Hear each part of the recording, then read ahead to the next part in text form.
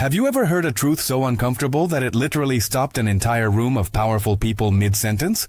Imagine Australia's top defence officials, seasoned politicians, and military brass gathered in Parliament House, confident in their nation's security, only to have a quiet, unassuming man stand up and tell them that if war came tomorrow, every missile Australia possesses would be gone in 72 hours. Not 72 weeks, not 72 days, 72 hours.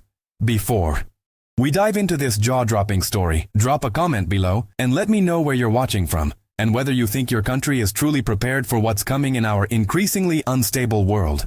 What happened in that hearing room in Canberra would send shockwaves through Australia's defence establishment and expose a vulnerability so profound that it would force an entire nation to confront a terrifying reality it had been ignoring for decades.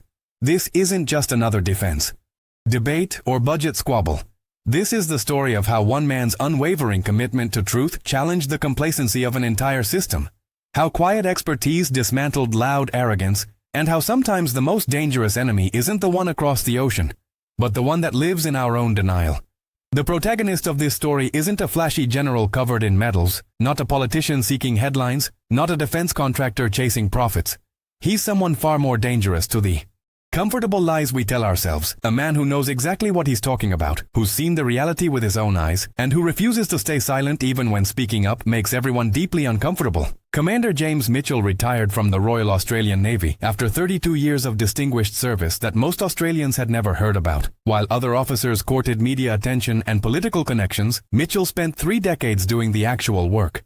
The unglamorous, essential work that keeps a Navy operational. He'd served on guided missile frigates during the Gulf War, commanded a destroyer during anti-piracy operations off Somalia, and spent his final years as a senior logistics officer responsible for ammunition and weapon systems procurement. His personnel file was thick with commendations, but thin on the kind of public-facing achievements that make for impressive retirement speeches. Colleagues described him as methodical, unflappable, and the guy you wanted handling your supply chain when things went sideways. He wasn't the type to raise his voice. He didn't need to.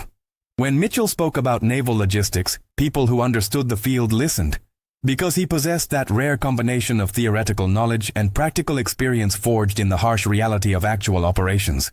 After retirement, Mitchell had largely avoided the public eye, turning down multiple offers to join defense industry boards or become a paid commentator. He'd spent his time consulting quietly for the Department of Defense, writing technical papers that circulated among specialists but never reached mainstream attention, and occasionally lecturing at the Australian Defence Force Academy to midshipmen who had no idea they were learning from someone who'd forgotten more about naval warfare than most admirals would ever know.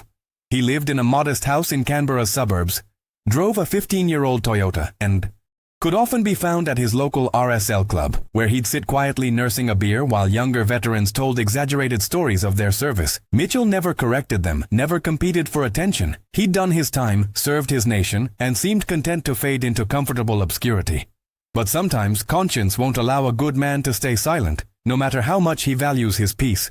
When the Senate Standing Committee on Foreign Affairs, Defence and Trade announced public hearings on Australia's defence readiness in the Indo-Pacific, Mitchell did something completely out of character. He requested to testify, not as a representative of any organization, not with prepared talking points from a think tank, just as a private citizen with relevant expertise.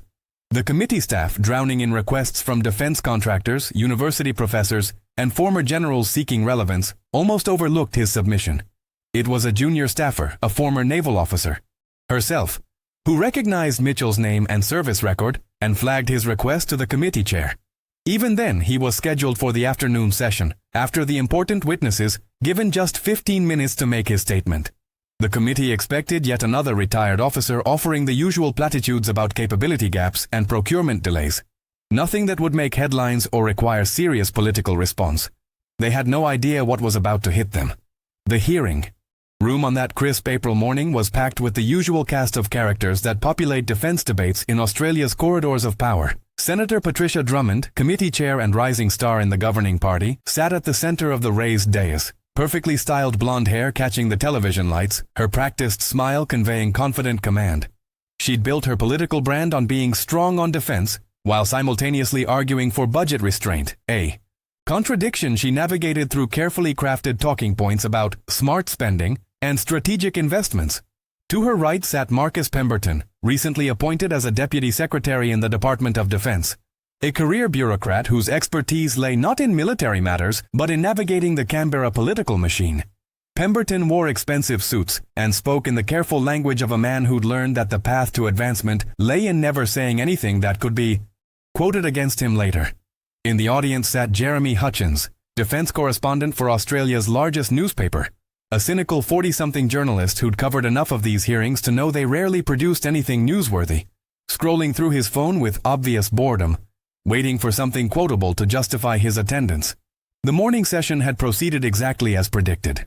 A retired Air Force marshal had testified about the need for more fighter aircraft, carefully avoiding any specific criticism that might burn political bridges.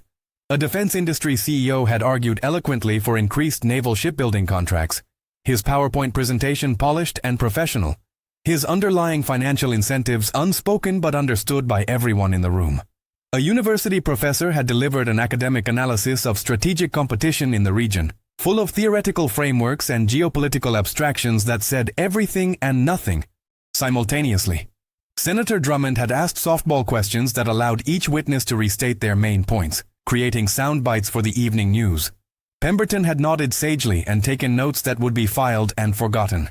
Hutchins had written 3 sentences and checked his messages 30 times.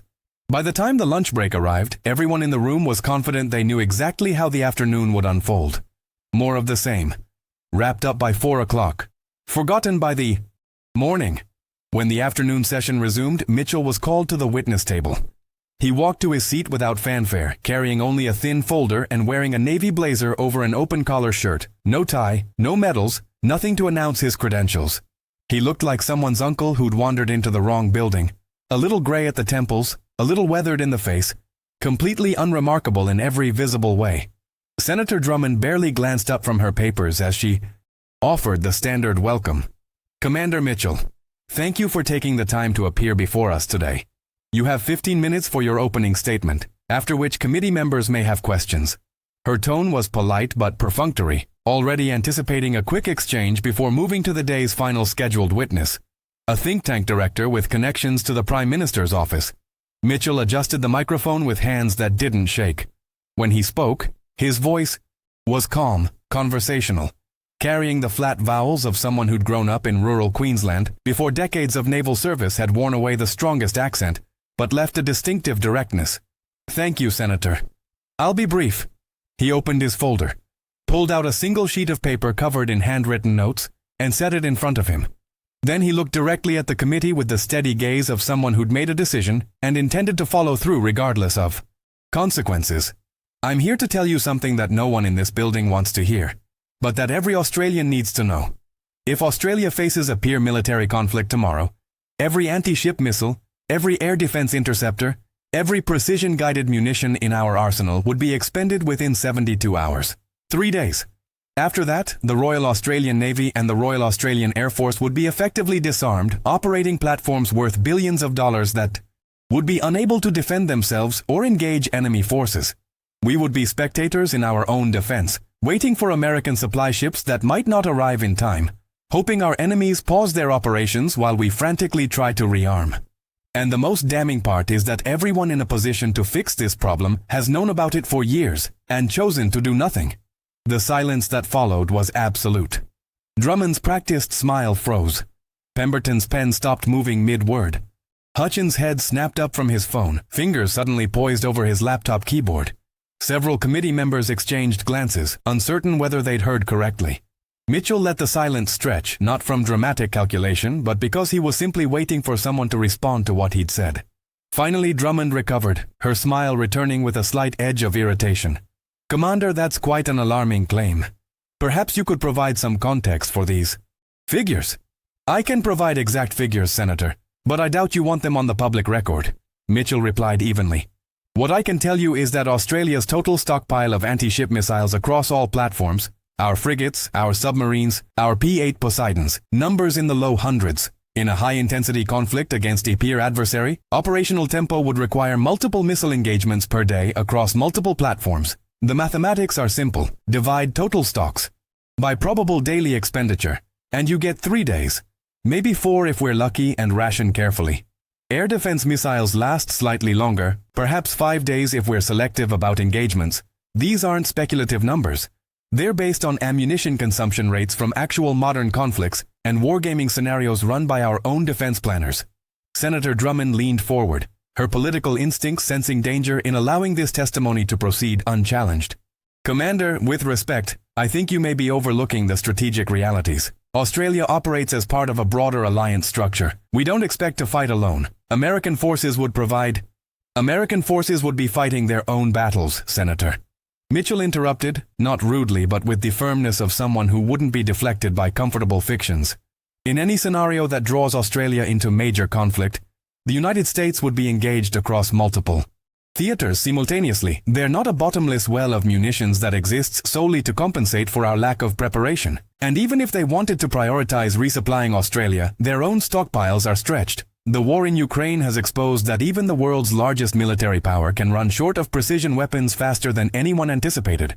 Supply lines across the Pacific are long, vulnerable, and limited in capacity. This isn't a criticism of our alliance.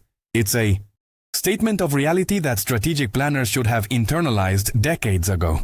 Pemberton cleared his throat, deciding it was time for the bureaucracy to assert control over this uncomfortable conversation. Commander, I think we need to be careful about creating unnecessary alarm. The Department of Defense has robust procurement processes in place. We're constantly assessing our capability requirements and making strategic investments. Perhaps what you're describing was accurate at some point in the past, but I can assure you. Can you? Mitchell's question was gentle, but it cut through Pemberton's bureaucratic reassurance like a blade.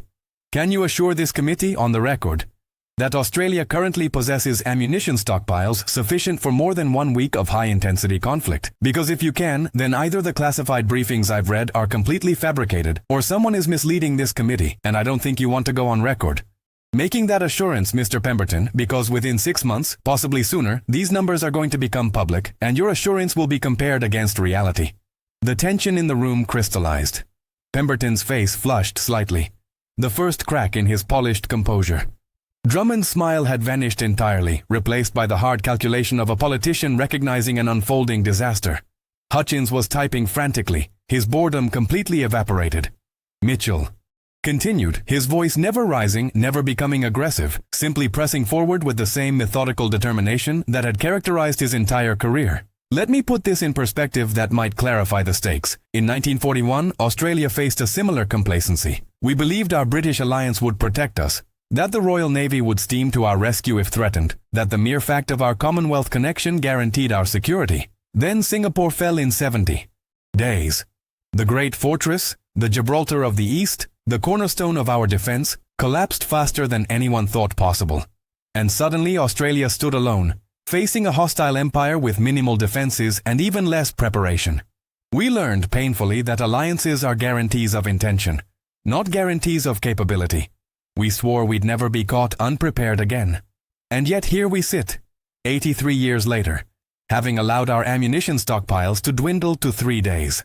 Because someone in Treasury decided that munitions sitting in bunkers don't photograph well for election campaigns. Senator Graham Blackwell, a gruff former Army officer sitting at the end of the committee bench who'd been silent throughout the morning, spoke up suddenly, his gravelly voice carrying across the room. Commander, you're painting a pretty dire picture, but munitions cost money. Lots of money. Money that competes with schools, hospitals, aged care. Are you suggesting we should be spending tens of billions stockpiling weapons that might sit in storage for decades?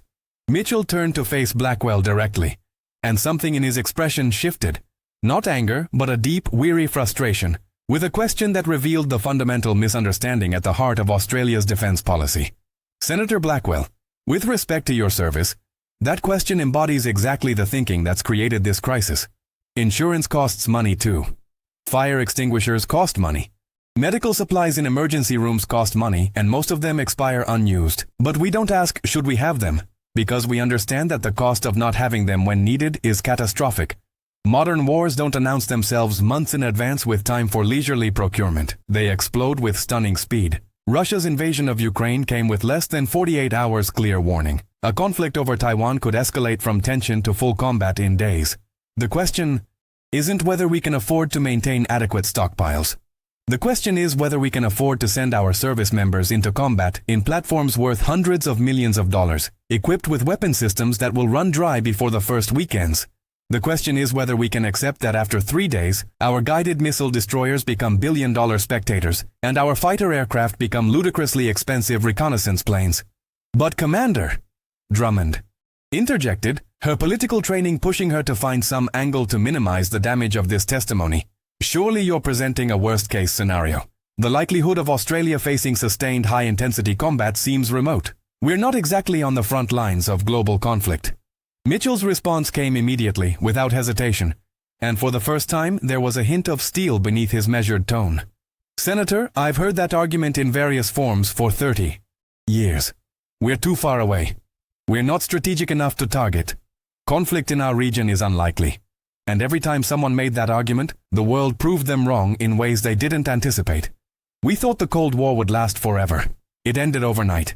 We thought major war in Europe was impossible. Ukraine has been burning for 3 years. We think the Asia-Pacific will remain stable indefinitely, even as the largest military buildup since World War II unfolds right in our neighborhood. Hope is not a strategy, Senator. Wishful thinking is not a defense policy. And gambling that we'll never need the capabilities we've neglected is not a responsible approach to national security. It's criminal negligence dressed up in budget spreadsheets. The room had gone completely still. Several committee members sat rigidly, clearly uncomfortable with the direction the testimony had taken. Pemberton was staring at his notes, his jaw tight. Hutchins was leaning forward in his seat, recognizing that he was witnessing something rare. Someone in the defense establishment speaking without filter, without political calculation, without concern for the consequences. Drummond made one more attempt to regain control of the narrative, her voice taking on a slightly condescending edge that suggested she thought Mitchell was being dramatic for effect. Commander Mitchell, I appreciate your passion, but I think we need to maintain perspective. You've cited this 3-day figure, but surely there are measures in place, contingency plans, emergency procurement processes that could address. There aren't. Mitchell's flat contradiction stopped Drummond mid-sentence. That's what I'm trying to make clear, Senator. There is no switch we can flip, no emergency button we can press that suddenly conjures thousands of missiles into existence. Modern precision-guided munitions are extraordinarily complex. A single SM-6 missile contains components sourced from dozens of manufacturers across multiple countries. The production rate is limited by bottlenecks in specialized materials and microelectronics. Even if the Australian government decided tomorrow to triple our munitions budget and place emergency orders, the global production capacity simply cannot absorb that demand. We join a queue behind every other nation that simultaneously realize they're unprepared. The lead time from order to delivery for complex weapon systems is measured in years, not months, years. That's what our current policy has bought us.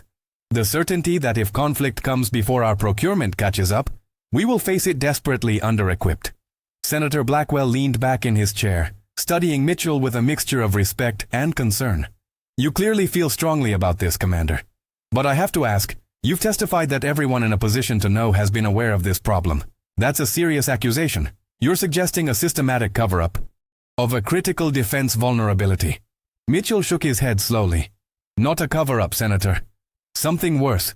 A collective decision to treat it as someone else's problem. I've sat in meetings where these figures were discussed. Every time the response is the same. We'll address it in the next budget cycle. We need to balance competing priorities. The political environment isn't favorable for defense spending increases right now. Let's commission another study. Meanwhile, the Aussie stockpiles continue to age. Some munitions pass their service life and must be disposed of. And the gap between what we have and what we'd need grows wider every year. It's not malice. It's the institutional inertia of a system that rewards short-term thinking and punishes anyone who raises uncomfortable truths that require expensive solutions. Hutchins raised his hand from the audience, a breach of protocol that Drummond would normally have shut down immediately. But she was too shaken to object. Commander Mitchell, Jeremy Hutchins from the Sydney Herald. You mentioned that these numbers will become public soon. How do you know that? Are we talking about a leak? A whistleblower? Mitchell allowed himself a slight smile, the first break in his serious demeanor. I know that because the American Congressional Budget Office is preparing a report on Allied ammunition stocks as part of their own defense readiness assessment. When that report comes out, and my sources indicate it will be within 6 months, it will include comparative data on Allied nations' munitions inventories. Australia's numbers will be there, and they will be devastating. I'm not leaking classified information, Mr. Hutchins. I'm trying to get ahead of an approaching crisis so that when those numbers do become public, there's already momentum toward addressing them rather than the usual cycle of outrage, finger-pointing, and eventual inaction. Pemberton finally found his voice again, but the bureaucratic confidence had been replaced by something closer to desperation. Commander, with all due respect to your service, you've been retired for 3 years. Your information may be outdated. The department has undertaken significant modernization efforts since you left. Perhaps you're not aware of more recent developments. The words were barely out of Pemberton's mouth when Mitchell did something unexpected. He reached into his jacket pocket and pulled out a smartphone, spending a moment scrolling through something before setting it on the table facing the committee. Mr. Pemberton, I retired from active service 3 years ago, but I've served as a consultant to the Defense Materiel Organization for the past 2 years.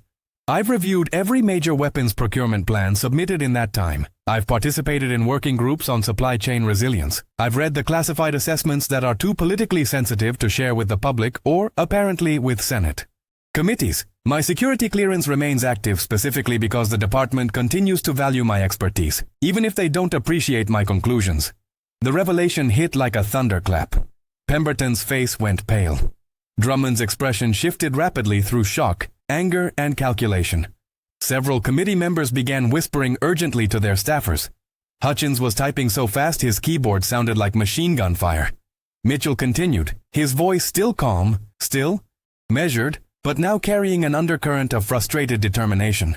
I mention this not to embarrass Mr. Pemberton, who I'm sure is doing his best within a broken system, but to establish that I'm not some disgruntled retiree with outdated information and an axe to grind. I have current comprehensive knowledge of Australia's defense capabilities and vulnerabilities, and what I know terrifies me, because I served with the men and women who would be sent into combat if conflict comes. I trained some of them. I watched them deploy, watched them come home, watched them bury their friends when operations went wrong, and I cannot in good conscience stay silent while we send the next generation to face threats we know they're not equipped to handle. All because a succession of governments and defense bureaucracies found it politically inconvenient to tell the Australian public the truth. Senator Blackwell's expression had shifted from skeptical to deeply troubled. He leaned forward, his voice lowering to something almost gentle. Commander, you mentioned you trained some of these personnel. Did you lose people under your command? The question hung in the air. For the first time, Mitchell's composure wavered slightly. His eyes closed briefly, and when he opened them, the room could see something that hadn't been visible before. Old pain, carefully contained, but never fully healed. HMAS Newcastle, 2003, during operations in the Persian Gulf. We took fire from an Iranian gunboat that got inside our defensive perimeter because we were rationing our anti-air missiles, trying to make our limited stocks last throughout the deployment. The gunboat was neutralized, but not before it damaged our ship and killed 3 of my sailors. 3 young Australians who should have come home, who would have come home if we'd had adequate supplies to maintain a proper defensive envelope. That incident was classified, the real cause buried in a report that emphasized tactical decisions rather than systemic under-resourcing. Those families never knew that their sons and daughter died because Treasury decided ammunition wasn't a budget priority that year. The silence that followed was crushing. Several committee members looked physically ill. Drummond had tears in her eyes, her political calculations momentarily overcome by the human reality Mitchell had just laid bare. Even Pemberton seemed shaken, his bureaucratic defenses stripped away by the